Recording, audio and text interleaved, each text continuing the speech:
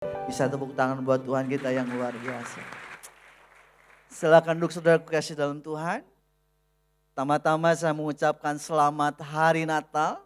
Puji Tuhan, hari Selasa yang lalu kita bisa seluruh jemaat merayakan perayaan Natal di Asia Plaza. Saya bersyukur antusias yang begitu luar biasa untuk kita memuliakan Tuhan. Dan anugerah yang terbesar dalam hidup kita adalah Tuhan selalu ada dalam kehidupan kita. Amin. Siapa yang merasakan bahwa Tuhan selalu ada di setiap perjalanan hidup kita? Bisa lambaikan tangan lebih tinggi di atas kepala saudara dan bisa tepuk tangan buat Tuhan kita yang luar biasa.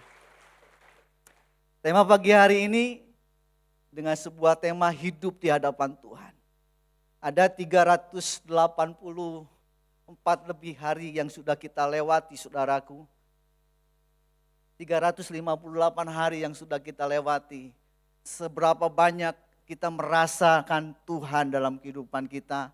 Ketika kita lewati hari demi hari, minggu demi minggu, bahkan bulan sampai demi bulan. Sampai di hari ini.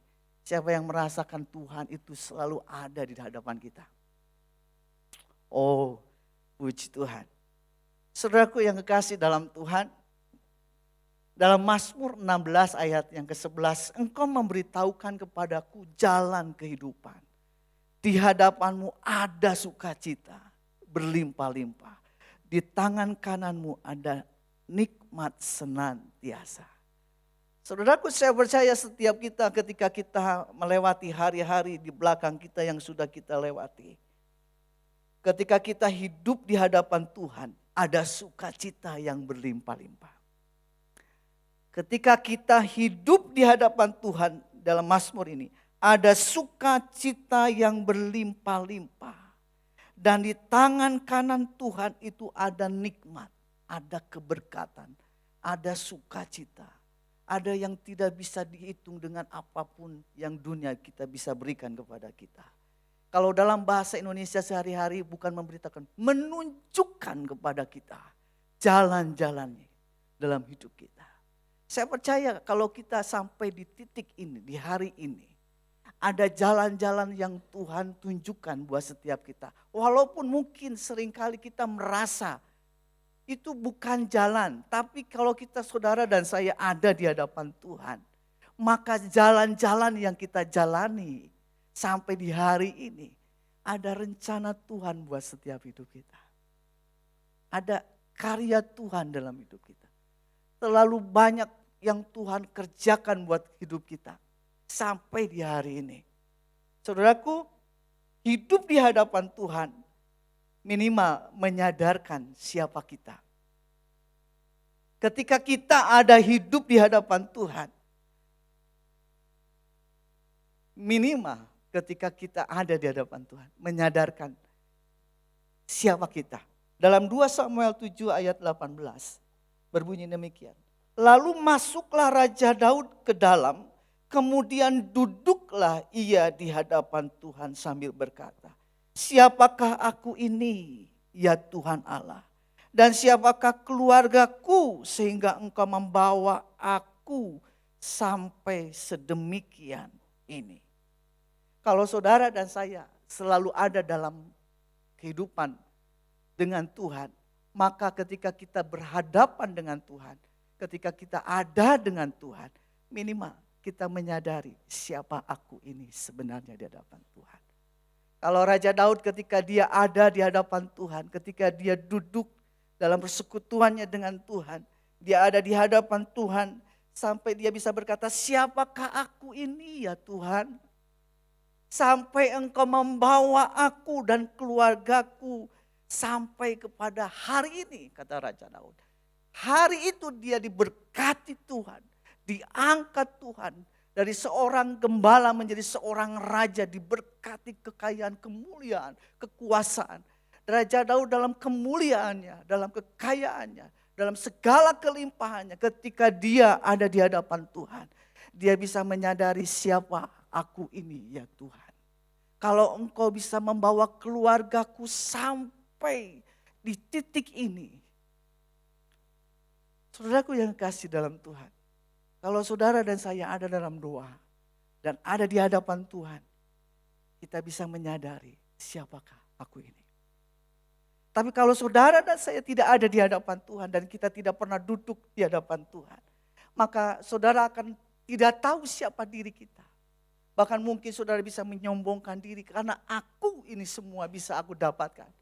Padahal kalau saudara dan saya seperti Raja Daud, dia bisa datang ke hadapan Tuhan, dia duduk di hadapan Tuhan, dia bisa memuji Tuhan, dia bisa menyembah Tuhan, dia bisa duduk dalam saat teduh dalam perenungannya, maka dia bisa berkata, Tuhan siapakah aku ini? Sampai Tuhan membawa seluruh keluargaku dalam keberkatan dan nikmat Tuhan.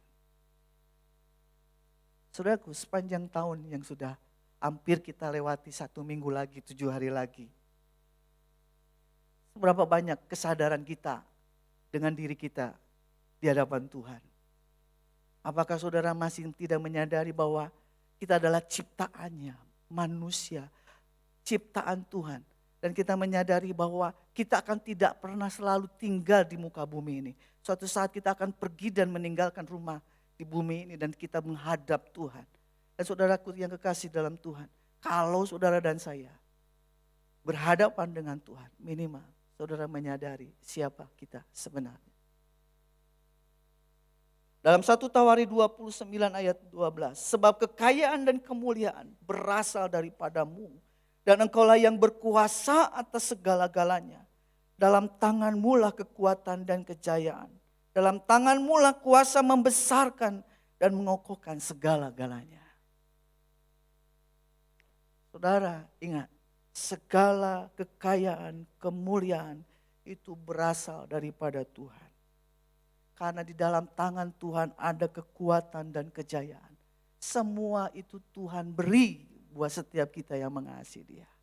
Raja Daud mengakui dan menyadari bahwa karena Tuhan aku ada sampai hari ini aku ada. Dalam kemuliaannya, dalam kuasanya, kekayaan yang Tuhan beri. Karena Daud menyadari, dia menyadari bahwa dia tidak punya mungkin bisa sampai menjadi seorang raja. Kalau dia melihat pada masa mudanya. Dia adalah seorang gembala domba. Dan dia tidak diperhitungkan oleh saudara-saudaranya. Tetapi ingat, orang-orang yang ada di hadapan Tuhan, dia akan dapat segala kemuliaan. Yang kedua, kalau kita ada di hadapan Tuhan, saudara mengerti ada di mana posisi kita berada.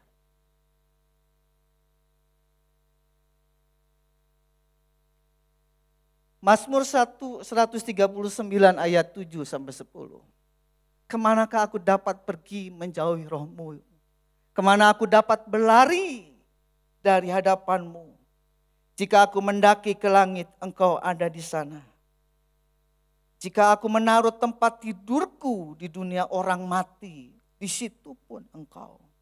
Jika aku terbang dengan sayap fajar dan membuat kediaman di ujung laut, juga di sana tanganmu akan menuntun aku dan tangan kananmu memegang aku. Mazmur ini menyadarkan kita kemanapun saudara dan saya pergi, menjauh daripada Tuhan. Tuhan itu ada di mana-mana. Engkau boleh lari sekuat tenaga menjauhi Tuhan. Tuhan ada di mana-mana. Dan Tuhan tahu posisi saudara saat ini. Persoalan yang saudara sedang hadapi saat ini, Tuhan tahu. Pikiran saudara saat ini yang sedang saudara pikirkan, Tuhan tahu. Perasaan yang saudara sedang rasakan saat ini, Tuhan pun tahu. Bahkan Raja Daud sampai ke dunia orang mati pun Tuhan tahu. Artinya posisi kita ketika kita ada di hadapan Tuhan tahu. Ada di mana saudara dan saya pada saat ini.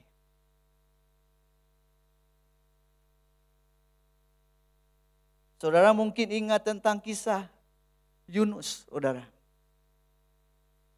Di ayat yang ketiga, tetapi Yunus bersiap untuk melarikan diri ke Tarsis. Jauh dari hadapan Tuhan, ia pergi ke Yapo dan mendapatkan di sana sebuah kapal yang akan berangkat ke Tarsis. Ia membayar biaya perjalanannya. lalu naik ke kapal itu untuk berlayar bersama-sama dengan mereka ke Tarsis, jauh di hadapan Tuhan. Saudara ingat tentang kisah ini? Sampai di dalam perut ikan yang besar pun Tuhan tahu siapa yang ada dalam perut itu. Itu Yunus. Yunus boleh berlari pergi menjauh daripada Tuhan, menjauh dari panggilannya. Dia lari dari panggilannya. Dia harus perginya ke Niniwe, tapi dia pergi ke Tarsis, saudaraku. Seolah-olah Tuhan tidak akan mengerti, seolah-olah Tuhan tidak akan tahu. Ternyata kemanapun Yunus pergi, Tuhan tahu dia ada di sana. Bahkan ketika Yunus berdoa di dalam perut ikan, Tuhan bisa mendengar doa Yunus. Artinya, kemanapun saudara saat ini pergi menjauh daripada Tuhan. Kesetiaan saudara mungkin mulai jauh dari hadapan Tuhan. Tapi Tuhan tahu saudara dan saya. Posisi saudara di mana saat ini? Tuhan tahu saudara. Selama 3 hari ada dalam perut ikan Yunus. Tuhan tahu. Kemana kita harus pergi menjauh daripada Tuhan? Kalau saudara ada di hadapan Tuhan, Tuhan tahu posisi saudara sampai hari ini. Apakah engkau sedang dalam pengharapan dengan Tuhan? Atau justru saat ini saudara sedang mulai menjauh daripada Tuhan. Padahal hari-hari yang sudah kita lewati adalah hari-hari yang penuh dengan berkat Tuhan, kenikmatan yang daripada Tuhan. Tuhan yang menentukan jalan hidup kita. Tidak ada satupun manusia yang berkuasa menentukan arah hidup, jalan hidup kita. Kalau Tuhan ada di mana-mana. Betapa sayangnya Tuhan dalam kehidupan kita, saudaraku.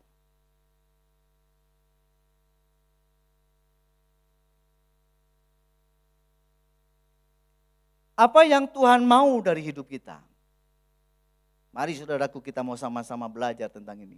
Dalam Mika pasal 6 ayat yang ke-8. Hei manusia, telah diberitahukan kepadamu apa yang baik. Dan apakah yang dituntut Tuhan daripadamu selain berlaku adil, mencintai kesetiaan dan hidup dengan rendah hati di hadapan Tuhan. Jadi siapakah saudara dan saya yang hidup di hadapan Tuhan? Tuhan menginginkan dari hidup kita adalah kita berlaku adil. Mencintai kesetiaan. Hidup dengan rendah hati. Ternyata ketika kita ada di hadapan Tuhan. Ketika kita bisa menikmati kehidupan kita, menyadari ada semua adalah anugerah dan berkat Tuhan. Kita tahu Tuhan senantiasa menyertai hidup kita. Dimanapun posisi kita saat ini Tuhan mengerti. Tetapi saudara tahu bahwa Tuhan menginginkan dari hidup kita apa? Yang pertama ini adalah berlaku adil, mencintai kesetiaan, dan hidup dengan rendah hati. Seberapa banyak 3 poin yang akan kita bahas pagi hari ini. Berlaku adil saudara. Kolose 4 ayat 1. Hai Tuhan, berlakulah adil dan jujur terhadap hamba-Mu. Ingatlah. Kamu juga mempunyai Tuhan di surga. Ayo saudaraku, sebelum kita meninggalkan tahun 2023 ini, kita mau mengintrospeksi diri. Apakah dalam perjalanan pengharapan kita, iman kita, kesetiaan kita kepada Tuhan, sudahkah kita berlaku adil dalam kehidupan kita? Adil berarti tidak berat sebelah, saudaraku. Sama, rata. Dirasakan semua baik. Tidak berat sebelah, tidak memihak. Seberapa banyak dalam kehidupan kita, seringkali kita berpihak kepada orang yang memang kita sukai. Tetapi kepada orang yang tidak kita sukai, kita tidak berpihak. Tapi pada pagi hari ini, marilah kita berlaku adil, saudaraku.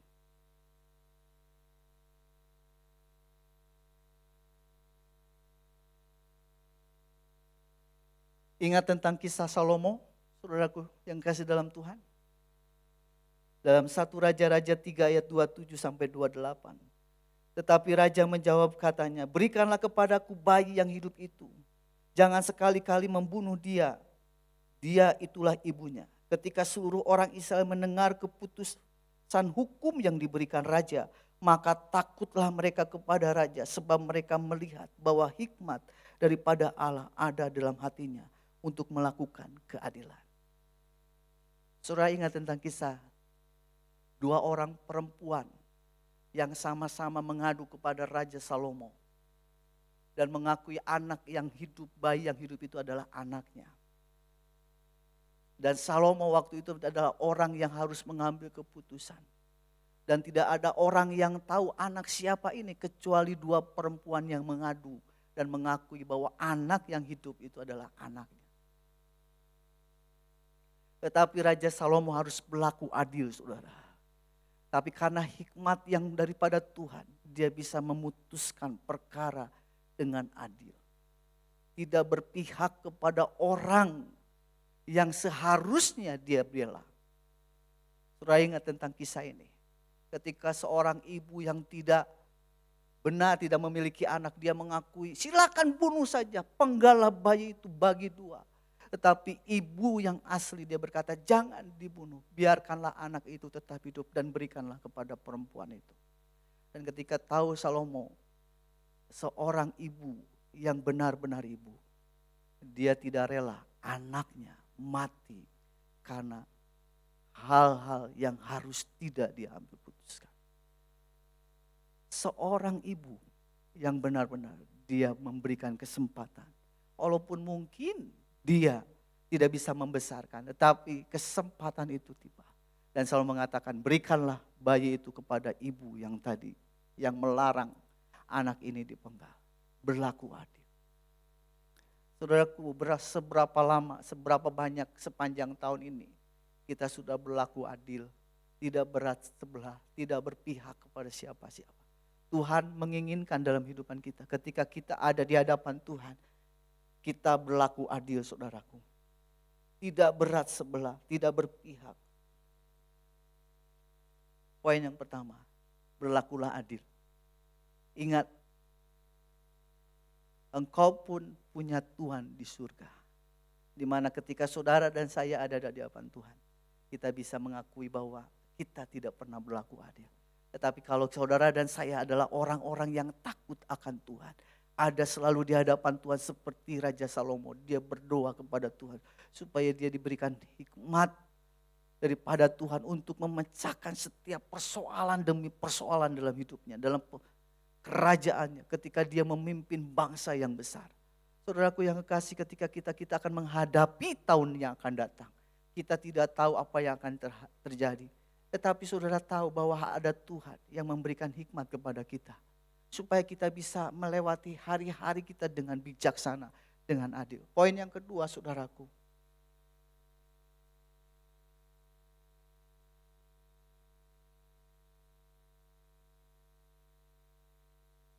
Mencintai kesetiaan.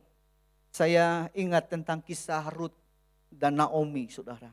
Dalam Rut 2 ayat 11 berkata gini, Boas menjawab, telah dikabarkan orang kepadaku dengan lengkap segala sesuatu yang engkau lakukan kepada mertuamu sesudah sesuamimu mati. Dan bagaimana engkau meninggalkan ibu bapamu dan tanah kelahiranmu serta pergi kepada suatu bangsa yang dahulu tidak engkau kenal. Kisah ini memberikan sebuah perenungan buat setiap kita. Bahwa Rut mencintai kesetiaan.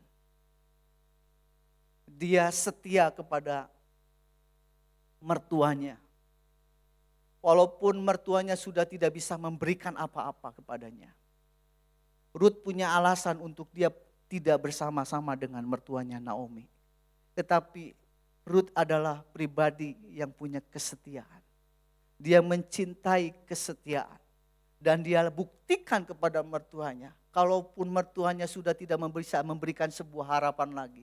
Tidak lagi bisa memberikan keturunan lagi kepadanya karena dia sudah tidak punya anak lagi. Suaminya mati. Dan dia tidak hanya berharap kepada Naomi, sedangkan Naomi sudah tua. Tetapi Rut mencintai kesetiaan. Sampai dia harus memberikan nafkah kepada mertuanya. Dia harus mengurus mertuanya. Memberikan makan kepada mertuanya. Tetapi ada sebuah kisah di mana Boas mengangkat hidupnya. Dari mulut Boas dia berkata, aku sudah mendengar dan melihat bagaimana engkau setia kepada mertuamu. Bagaimana engkau mencintai mertuamu. Dan orang-orang melihat bahwa engkau memang seorang perempuan yang tidak mencari anak-anak. Orang-orang pemuda-pemuda yang kaya dan baik. Saudaraku, Ruth memberikan contoh kesetiaan. Seberapa banyak kita punya mertua atau orang tua yang harusnya setiap kita adalah orang-orang yang mengurus dia. Mengurus mertua kita. Mencintai mertua kita. Mencintai orang-orang tua kita. Saudaraku yang kasih, saya menyadari bahwa ketika saya saat ini punya orang tua yang masih hidup. Umurnya 86 tahun. Saya tahu bahwa untuk mengurus orang tua bukan perkara yang mudah. Dan kalau berbicara dengan orang tua yang sekarang sudah lanjut usia, saya harus belajar sabar. Kenapa? Ternyata orang tua memberikan pertanyaan yang sama dengan waktu yang tidak lebih dari 1 menit, saudaraku. Pertanyaan yang terus diulang-ulang, dijawab dengan jawaban yang sama, diulang lagi. Dan saya bersyukur saya diajar untuk saya tetap mengasihi orang tua yang masih hidup. Ruth, dia setia kepada mertua. Bahkan dia bisa meninggalkan bangsanya. Dia bisa meninggalkan orang tuanya. Dan dia hanya berpaut kepada Naomi mertuanya. Dan Ruth adalah membuktikan bagaimana dia setia. Memelihara mertuanya. Memberi makan mertuanya. Dengan susah payah. Dengan berjelilah. Dia memberikan mertuanya hidup. Pagi hari ini saudaraku, berlakulah setia. Cintailah kesetiaan. Seberapa banyak saudara dan saya setia sama Tuhan. Atau masih belang bentong. Mari sebelum kita akhiri tahun ini, mari kita kembali berkomitmen. Mencintai Tuhan, di hadapan Tuhan. Selalu setia pada Tuhan.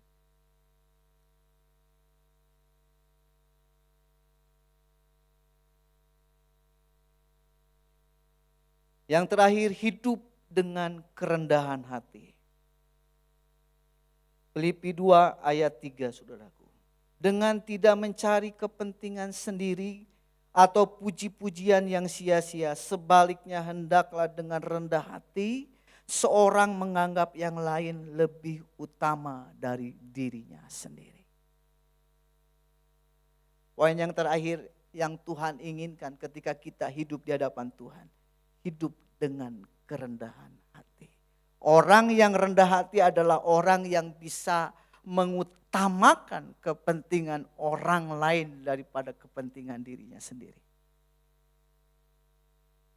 Orang yang rendah hati adalah orang yang bisa mengutamakan kepentingan orang lain daripada kepentingan dirinya sendiri. Saudara ingat tentang orang Samaria yang baik hati. Dia bisa menolong orang dengan begitu luar biasa. Membantu, membalut dan membasuh bawa ke sebuah penginapan. Dan di sebuah penginapan dia dirawat dan diberikan biaya dan sampai akhirnya tuntas semua. Dia bisa mementingkan orang lain daripada kepentingan diri sendiri. Saya tahu banyak dunia mengajarkan kepada kita. Media sosial yang kita selalu perhatikan, ikuti, selalu memberikan gambaran kepada kita. Dalam dunia kita, dalam pikiran kita bahwa diri kita adalah yang paling terpenting. Pencapaian kita lah yang paling terpenting. Keberhasilan kita lah yang paling terpenting. Karena kebanggaan kita lah yang harus diutamakan oleh orang lain. Tetapi orang yang rendah hati, orang yang mengutamakan kerendahan hati, orang yang hidup dengan rendah hati. Orang itu bisa mengutamakan orang lain. Walaupun mungkin kita ketika kita melakukannya kita merasa rugi. Kita kehilangan banyak waktu, kita mungkin kehilangan banyak uang. Kita mungkin bisa tidak nyaman dengan keadaan. Tetapi orang yang hidup dalam kerendahan hati adalah orang yang bisa mengutamakan kepentingan orang lain. Saya berdoa buat setiap kita yang hadir pada pagi hari ini adalah orang-orang yang melakukan hal-hal yang lebih baik dalam kehidupan kita. Kita bisa mementingkan kepentingan orang lain dibanding kepentingan kita. Saudaraku, saya mengundang pemusik.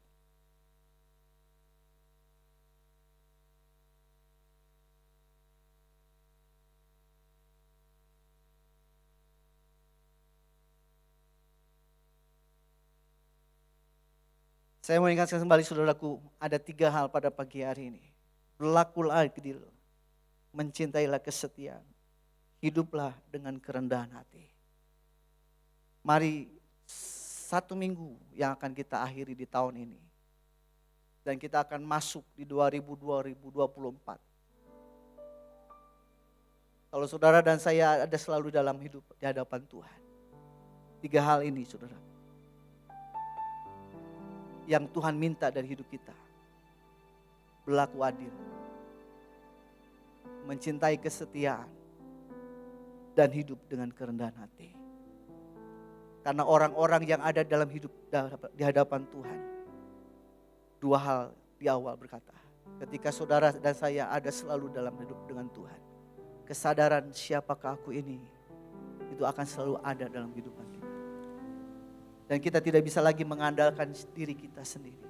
Karena hanya Tuhanlah yang membuat segalanya kita bisa dapat.